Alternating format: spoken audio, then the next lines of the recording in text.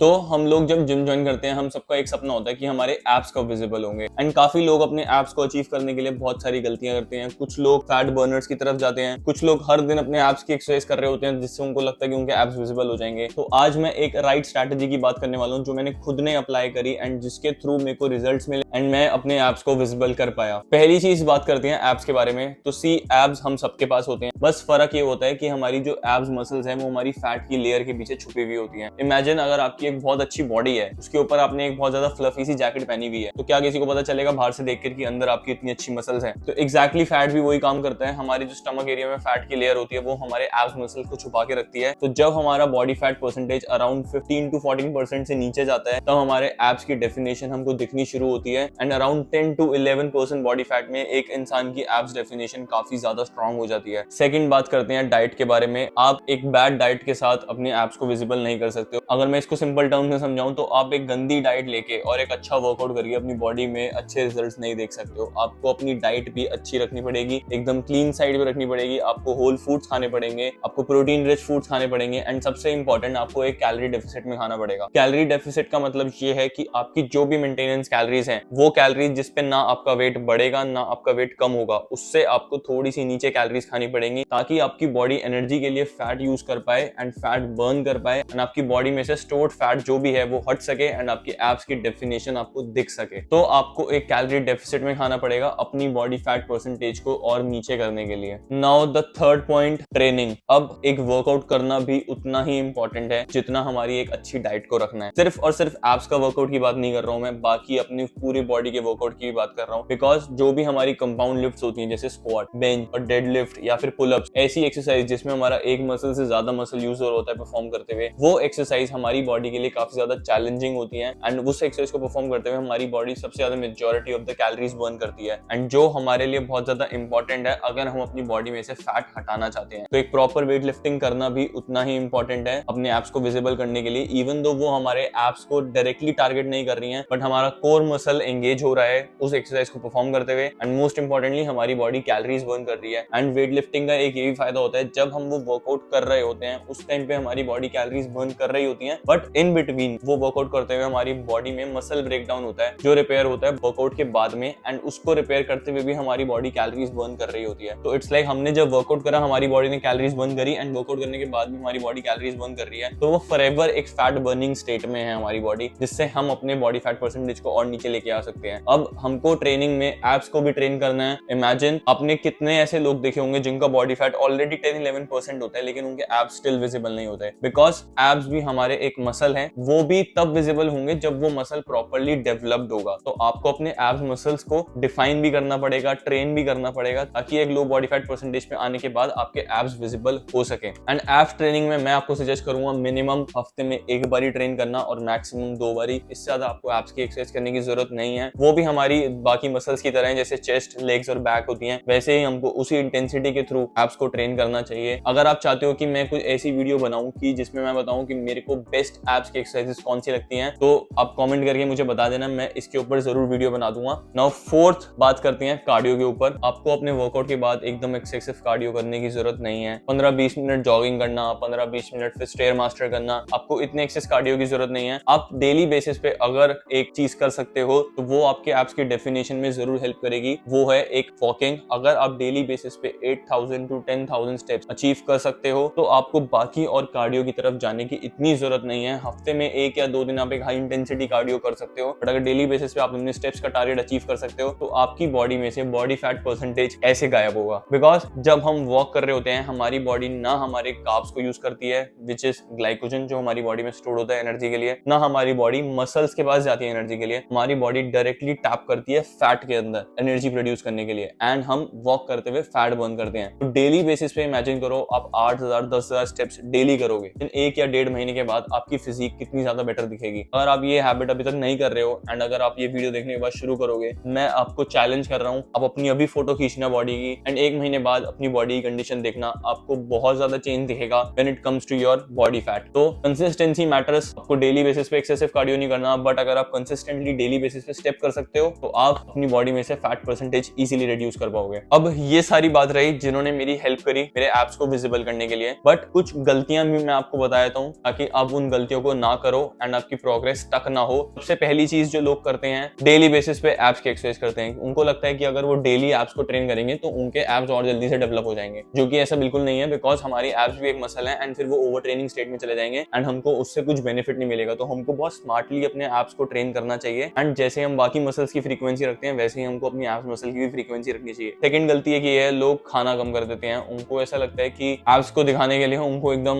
रोटी छोड़नी पड़ेगी, चावल छोड़ने पड़ेंगे एंड घर का खाना नहीं खाना पड़ेगा। लाइक बहुत सारी मिथ है आज भी लोगों के दिमाग में जो बहुत लोग ये फॉलो भी करते हैं एंड बिल्कुल कम खाने लग जाते हैं, जिनकी वजह से उनकी बॉडी में वीकनेस आ जाती है। रादर देन अपनी बॉडी को स्ट्रॉन्ग करने के बजाय, अपनी बॉडी में मसल डेवलप करने के बजाय वो एक मसल लॉस की तरफ चले जाते हैं बिकॉज वो अपनी बॉडी में इनफ न्यूट्रिएंट्स, इनफ फूड नहीं देते हैं। थर्ड मिस्टेक, लोग अपने खाने को ट्रैक नहीं करते हैं कि वो डेली बेसिस पे कितनी कैलोरीज खा रहे हैं। अब इमेजिन आप 2000 कैलोरीज आपका मेंटेनेंस है एंड आप डेली बेसिस पे 1800 कैलोरीज खा रहे हो। आपका वेट 70 से अब 68 हो चुका है, तो इसका मतलब अब आपके बॉडी वेट के हिसाब से 68 केजी वेट के हिसाब से 1800 कैलोरीज आपकी मेंटेनेंस कैलोरीज हो चुकी हैं। अब आपको अपनी कैलोरीज और नीचे करनी पड़ेंगी या तो अपना कुछ कार्डियो और बढ़ाना पड़ेगा कि आपकी जो डेफिसिट है वो और क्रिएट हो पाए। बट अगर आपको पता ही नहीं आप डेली बेसिस पे कितनी कैलोरीज खा रहे हो, क्या आप अपनी कैलोरीज को और नीचे कर पाओगे? बिल्कुल भी नहीं। तो इसीलिए ये जो तीसरी गलती मैं बात कर रहा हूँ, अपने फूड को ट्रैक ना करना, वो अपनी कैलोरीज से अवेयर ही नहीं रह पाते कि मैं कितनी कैलोरीज खा रहा हूँ डेली बेसिस पे, तो फिर वो अपनी कैलोरीज कम कैसे कर पाएंगे। Now the fourth mistake is ये एक्सपेक्ट करना कि आपके एब्स एक महीने में दिखना शुरू हो जाएंगे। बिल्कुल भी शॉर्टकट रास्ता नहीं है। एब्स को लाने के लिए काफी ज्यादा टाइम लगता है, काफी ज्यादा डिसिप्लिन लगता है, काफी ज्यादा कंसिस्टेंसी लगती है। आपने सुना होगा फ्रेज की बॉडी किचन में बनती है, एग्जैक्टली एब्स भी किचन में ही बनते हैं। ये जो भी मैंने आपको अपनी स्ट्रैटेजीज बताई, कार्डियो, ट्रेनिंग, डाइट, ये आपको डेली बेसिस पे करना पड़ेगा एंड उसके बाद अराउंड 6 to 8 मंथ्स के बाद आप एक रिजल्ट एक्सपेक्ट कर सकते हो। बट अगर आप एक्सपेक्ट करो कि मैं 2-3 हफ्तों में ही अपने एप्स को विजिबल कर लूंगा,